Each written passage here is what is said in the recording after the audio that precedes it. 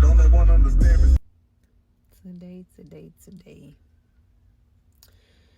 If y'all don't know what today is November 21st. This marks 3 years my son encountered his situation that was actually it was meant for his demise. But God. That's why I say, man, you got to be prepared for it and careful of what you asking for. Like, I always ask for patience and strength. But who would have known that day? It's the day I was going to need it for. That was a time where I actually had to put to use patience and strength. Seriously. Because I'm the type of parent to where anything that goes on with my children, it's like I know how to get it right. You get sick, I got a remedy for that. You hurt yourself, let's patch that up. Put you some ointment on there. You know, I know how to. Those things is simple to me, right? But with that situation, him being shot in the head, in the hospital, ICU, in a coma, that was nothing but God, patience, strength. Like, I had to sit and wait for God to do his thing. And he did exactly that. Showed out. Whole miracle. I just remember arriving to the hospital. And the doctors, all of the doctors that worked on him, the chaplain, like, I was greeted by about 8 people. They took me into this conference room and they were just like, we're the team that performed the surgery on your son. We did all we could to, save him and this, that, and the other. And I just literally, I broke down, dropped my head in my lap, and I just cried. I just cried. And in that moment, when I tell you, when people say they hear God and God talk to them, I heard it so clear. No lie. The relationship I have developed with God, so clear. What are you crying for? I got him. He's going to be okay. Yeah, in that moment, when I say the tears was flowing, like running, like a faucet, I shut it off completely. I raised up, I wiped my eyes, and I told the doctors, I said, I need to see him. I need to go back here where my son is. I need to touch him. I need to talk to him. He need to know that I'm here. And they were looking at me like, they thought I was crazy. They were like, are you sure, Mom? Are you prepared? Are you ready to see him like this? I said, yes. I said, I need to go see him. I need to go touch him. I need to talk to him. He need to know that I'm here. And I went back there. I really wasn't prepared to see my child in a coma with tubes down his throat and all of that. But that voice was so clear. And I knew then I had an assignment that I had to complete. Do you understand me? And I'm telling this because I want this to be able to help somebody else who's going through or trying to get through whatever, the situation is. But it wasn't an easy process, but it was necessary. So I had to do this. And it was just like, as I'm in the hospital, they kept coming from the back and they kept giving me different reports. And at, moments I got a little discouraged, but then I had to go back to that voice, what did God say? You got to keep that in mind. And the doctor who performed the surgery on his brain, he was telling me, he was like, the first 72 hours are crucial.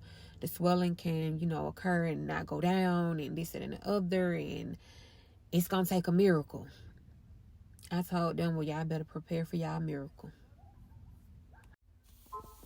When I tell y'all, for 72 hours, I did not eat. I barely slept. I probably took cat naps here and there. But for 72 hours, I fasted and prayed. Because that's what was put on my heart. That's what God guided me to do. And that's exactly what I did for 72 hours. And my family was there. They were supporting. Everybody was, including the doctors. They were just like, Mom, you have to eat. Mom, you have to rest. Mom, you out of this. You out of that. Y'all not understanding. I can't do that right now. That's not what God instructed me to do. So I didn't. I didn't eat. I didn't really sleep. I drank water and probably went and got me a bottled smoothie. That was it. I lost a lot of weight. And that was fine with me. I didn't care nothing about the weight. The most important thing for me was my son getting better, coming out of ICU and getting off of all those tubes, the ventilator and the tube that was inserted into his brain, draining the fluid. Like, it was so much. I might insert a clip. I don't know. Most people can't stomach that. But I might insert a clip of it. But it was a lot to deal with. But like I said, it was necessary. It was necessary. And I did exactly what needed to be done in that moment. And after those 72 hours, we were in the clear. He started to wake up. He was starting to fight back. Every time they came to clean the ventilator out, and he was fighting. He was moving, kicking. Like, oh my God. When I tell y'all, that was like one of the most exciting moments of my life. It was almost like him being rebirthed again. Like the day that I delivered him. That's what I'm gonna call it. Like, it's the day of his rebirth. Like, seriously. Because that's what it felt like. It just felt like him being reborn. And to have my baby still here with me. He was 13 when this happened. 14, my bad. He was 14 when this happened. He's now 17. When you see my son, he looks nothing like what he been through. Nothing. I love that. I love how God shows out for us every time. And he'll do the same for you. I promise you.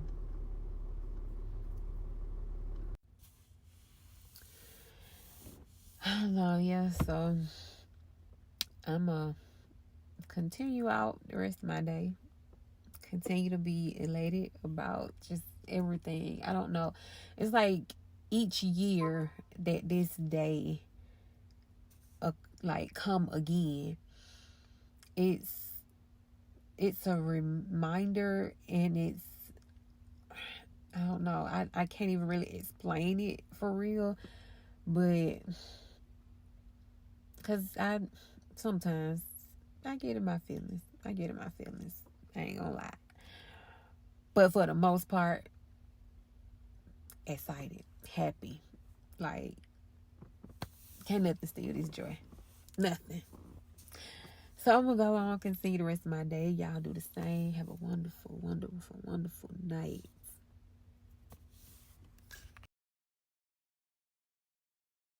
Okay? Right? Well, vampires and zombies. vampires and zombies, where? They went inside me to put You are so...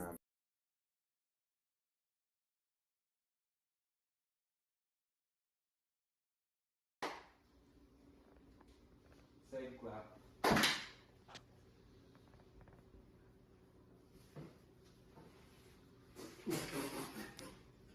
You already go.